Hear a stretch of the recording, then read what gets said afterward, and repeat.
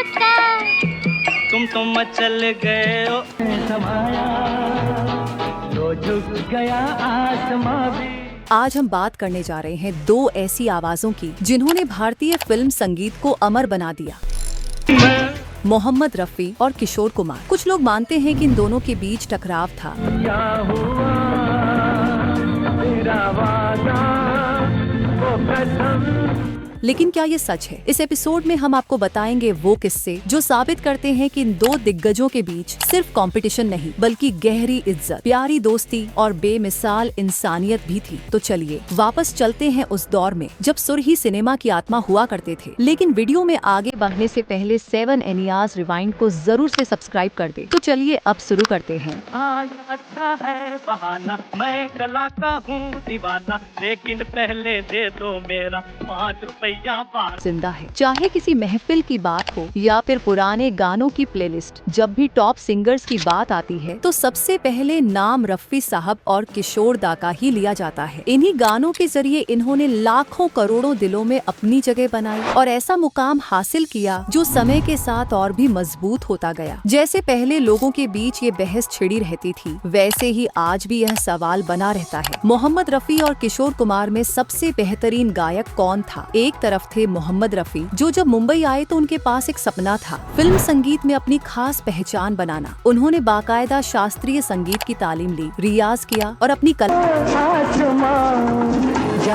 वहीं दूसरी तरफ थे किशोर कुमार, जिन्होंने संगीत की कोई औपचारिक शिक्षा नहीं ली थी, लेकिन बावजूद इसके उन्होंने अपनी अनोखी स्टाइल और आवाज से इंडस्ट्री में ऐसा नाम कमाया कि लोग आज भी उनके गाने गुनगुनाते हैं। यानी एक ने मेहनत से सीखा तो दूसरे ने अपने नेचुरल टैलेंट से कमाल कर दिखाया और दोनों ही अपनी जगह बेमिसाल साबित हुए। बेहद सुरीली आवाज के मालिक मोहम्मद रफी संगीत की हर शैली में निपुण थे, चाहे वो भजन हो, गजल हो या कोई क्लासिकल टच वाला फिल्मी गाना। उनकी गायकी में एक ऐसी रेंज और टेक्निक थी जो उन्हें बाकियों से अलग बनाती थी। मेरा दिल मचल गया तो मेरा क्या।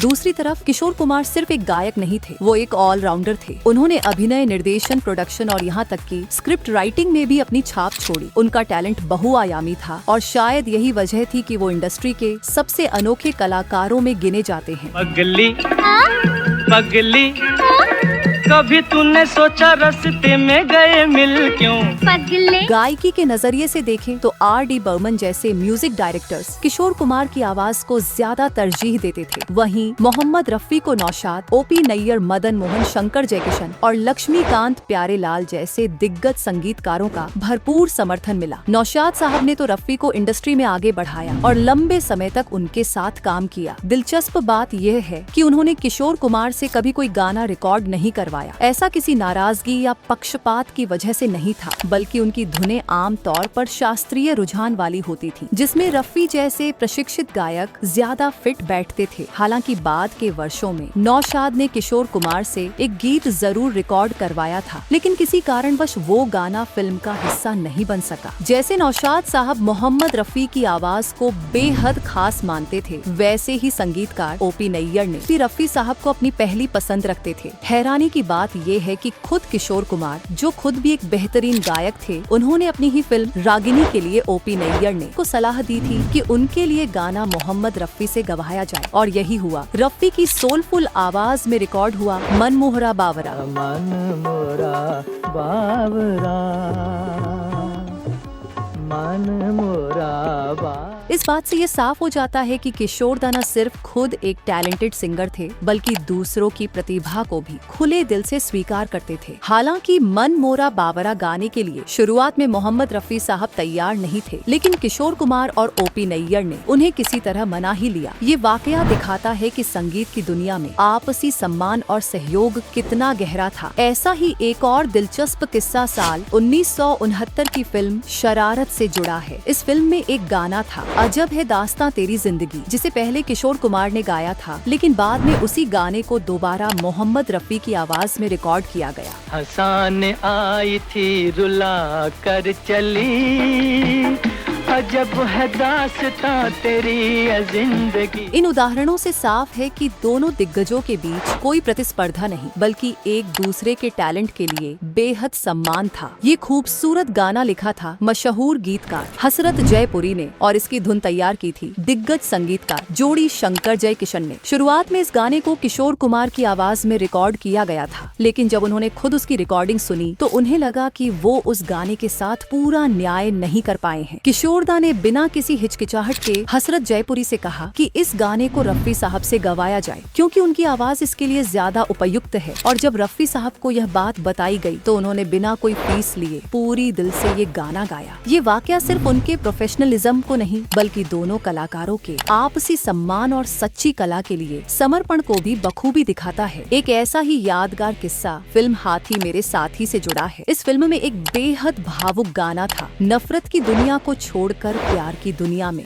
नफरत की दुनिया को छोड़ के प्यार की दुनिया में। जब गाने की धुन बनी और किशोर कुमार ने उसे पहली बार सुना तो उनका सीधा जवाब था, ये गाना तो रफी साहब की आवाज के लिए बना है। किशोरदा ने खुद ये बात म्यूजिक टीम से कही कि इस गाने में जो दर्द और गहराई चाहिए वो सिर्फ रफी साहब ही ला सकते हैं। बाद में यह गाना मोहम्मद रफी की आवाज में रिकॉर्ड हुआ और जबरदस्त हिट साबित हुआ। आज भी ये गाना लोगों के दिलों को उसी तरह छूता है जैसे उस दौर में किया करता था। इस किस्से से एक बार फिर साबित होता है कि किशोर कुमार और रफी साहब के बीच न कोई ईगो था, न प्रतिस्पर्धा, सिर्फ सच्चा संगीत और एक दूसरे के हुनर के लिए दिल से इज्जत थी। ऐसे कई मौके भी आए जब कुछ गाने जो पहले मोहम्मद रफी के लिए तय किए गए थे, बाद में किशोर कुमार की आवाज में रिकॉर्ड कराए गए। हालांकि ये बदलाव म्यूजिक डायरेक्टर्स की जरूरत या फिल्म के टोन के हिसाब से किए जाते थे, लेकिन इन बातों का न तो रफी साहब ने कभी बुरा माना और न ही किशोरदा ने कभी इस पर सवाल उठाया। दोनों ही अपने काम को लेकर बेहद प्रोफेशनल थे और एक दूसरे की काबिलियत को पूरी ईमानदारी से स्वीकार करते थे। उनके लिए सबसे अहम चीज थी गाने की खूबसूरती और वो कौन सी आवाज उस गाने को सबसे बेहतर ढंग से पेश कर सकती है। यही वजह है कि उनके बीच कभी कोई टकराव नहीं हुआ, सिर्फ आपसी सम्मान और संगीत के लिए सच्चा प्रेम रहा। जब आराधना के सुपरहिट गानों ने राजेश खन्ना को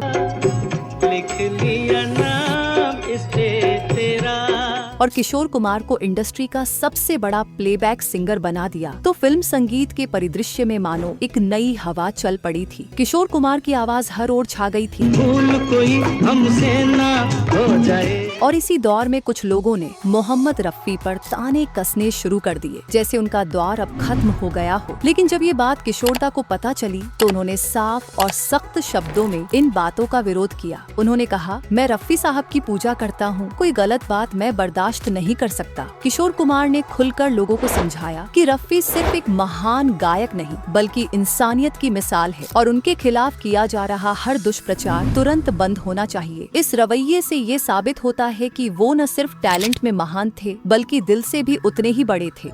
अभी अभी यहीं था किधर गया जी। किशोर कुमार जब तक जिंदा रहे उन्होंने हमेशा इस बात पर जोर दिया कि उन्हें और मोहम्मद रफी को कभी एक दूसरे से तुलना में न रखा जाए। वो इस बात को बिल्कुल पसंद नहीं करते थे कि कोई उन्हें बड़ा और रफी साहब को छोटा या फिर उल्टा कहे। दरअसल दोनों के बीच एक ऐसी गहरी और सच्ची दोस्ती थी जो समय और हालात से परे थी। इस दोस्ती की एक बड़ी मिसाल आपातकाल के दौरान देखने को मिली। उस वक्त सरकार के विरोध में बोलने के चलते किशोर कुमार के गानों पर बैन लगा दिया गया था। रेडियो और टीवी पर उनके गाने बंद कर दिए गए थे और कोई म्यूजिक डायरेक्टर उनके साथ काम करने की हिम्मत नहीं कर रहा था। जब ये बात मोहम्मद रफी को पता चली तो उन्होंने चुप रहने के बजाय प्रधानमंत्री इंदिरा गांधी से मुलाकात की और किशोरदा पर लगे बैन को हटाने की अपील की। उनकी गुजारिश पर ही सरकार ने यह बैन वापस लिया। सबसे खास बात ये है कि उस समय अगर रफी साहब चाहते तो खुद को फायदा पहुंचा सकते थे, क्योंकि किशोरदा का ना होना उनके लिए और मौके खोल सकता था। लेकिन उन्होंने ऐसा नहीं किया। उन्होंने दोस्ती और इंसानियत को सबसे ऊपर रखा और साबित कर दिया कि वो सिर्फ एक बेहतरीन गायक ही नहीं, एक शानदार इंसान भी थे। हालांकि मोहम्मद रफी और किशोर कुमार की दोस्ती मिसालों से भरी रही, लेकिन एक वक्त ऐसा भी आया जब उनके बीच काफी लंबे समय तक मनमुटाव बना रहा। इस ठंडी दूरी की वजह कोई और नहीं बल्कि खुद किशोर कुमार के बड़े भाई और दिग्गज अभिनेता अशोक कुमार थे। ये बात 1966 की फिल्म तूफान में प्यार कहाँ की है। इस फिल्म में अशोक कुमार पर एक गाना फिल्माया जाना था, इतनी बड़ी दुनिया जहाँ इतना बड़ा मेला।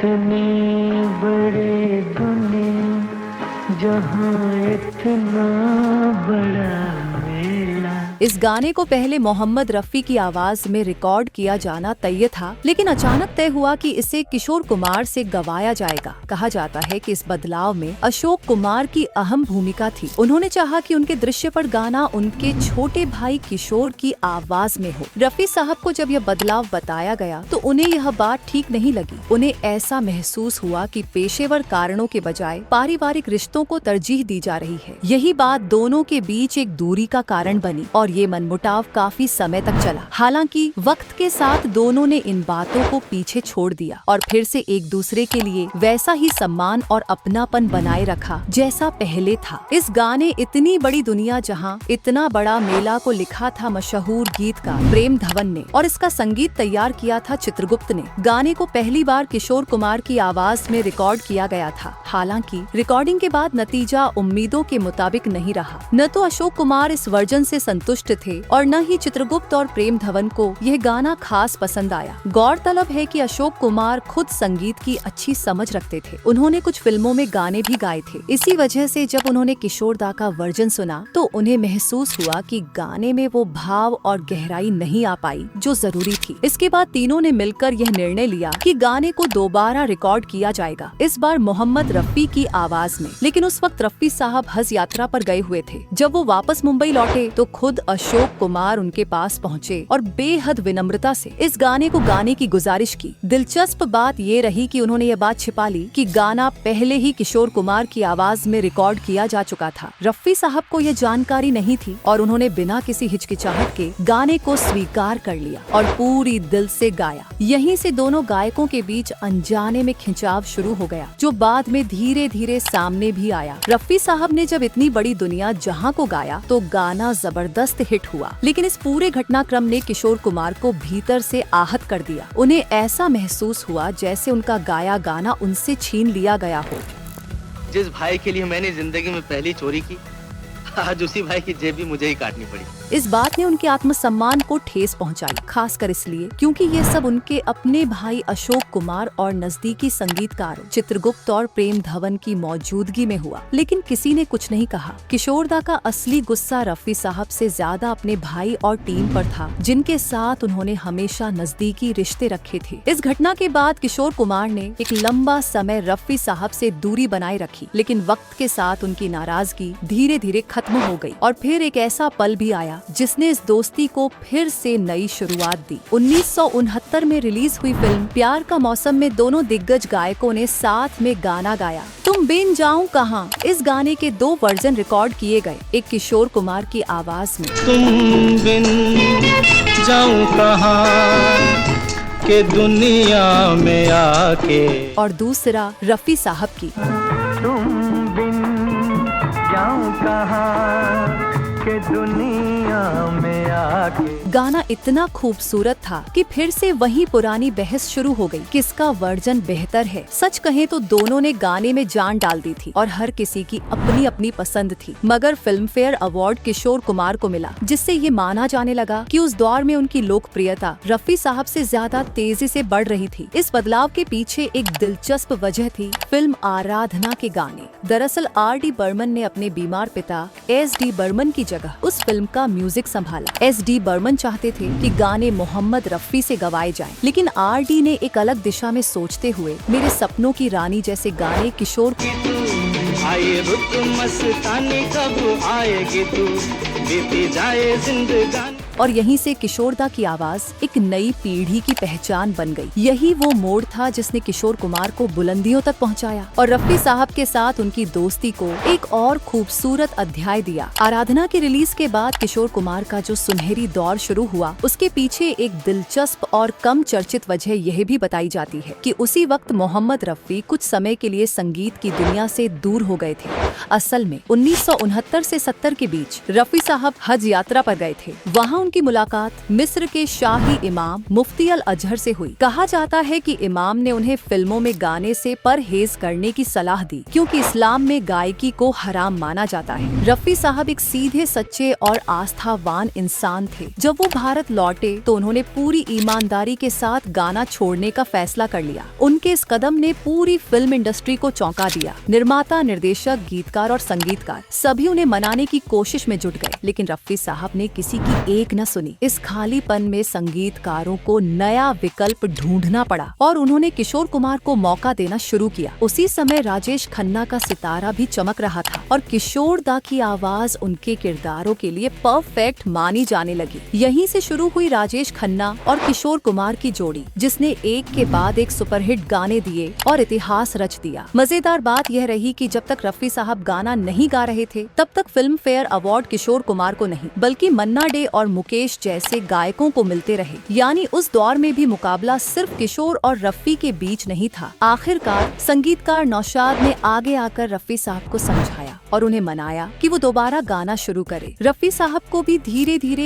यह एहसास हुआ कि उनका फैसला जल्दबाजी में लिया गया था, लेकिन तब तक इंडस्ट्री में बहुत कुछ बदल चुका था। किशोर कुमार नए दौर की आवाज बन चुके थे और रफी साहब के लिए पहले जैसा स्थान फिर कभी पूरी तरह नहीं लौट पाया। हालांकि उनकी कला और प्रतिष्ठा हमेशा बरकरार रही। हालांकि एक दौर ऐसा भी आया जब लगा कि मोहम्मद रफी का सितारा ढलने लगा है, लेकिन उन्होंने जबरदस्त वापसी की। क्या हुआ?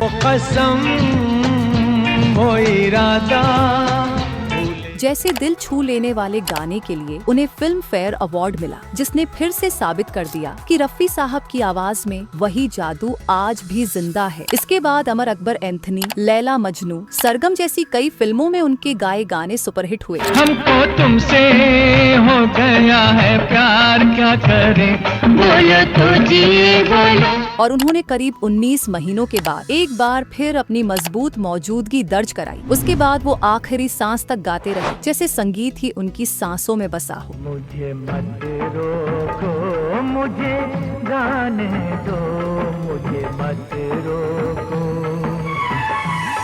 मगर अफसोस 31 जुलाई 1980 को दिल का दौरा पड़ने के कारण वो हमेशा के लिए इस दुनिया से विदा ले गए। उनकी मौत की खबर ने पूरे देश को सदमे में डाल दिया, लेकिन सबसे ज्यादा टूटे किशोर कुमार। कहा जाता है कि वो घंटों तक रोते रहे। उन्होंने अपने उस दोस्त को खो दिया था जिसे वो न सिर्फ गायक के रूप में बल्कि एक इंसान के तौर पर भी दिल से पूजते थे। रफी साहब चले गए, लेकिन उनकी आवाज आज भी हर दिल में जिंदा है, अमर, अविनाशी और हमेशा के लिए यादगार। आपके हसीन रुख पे आज नया नूर है।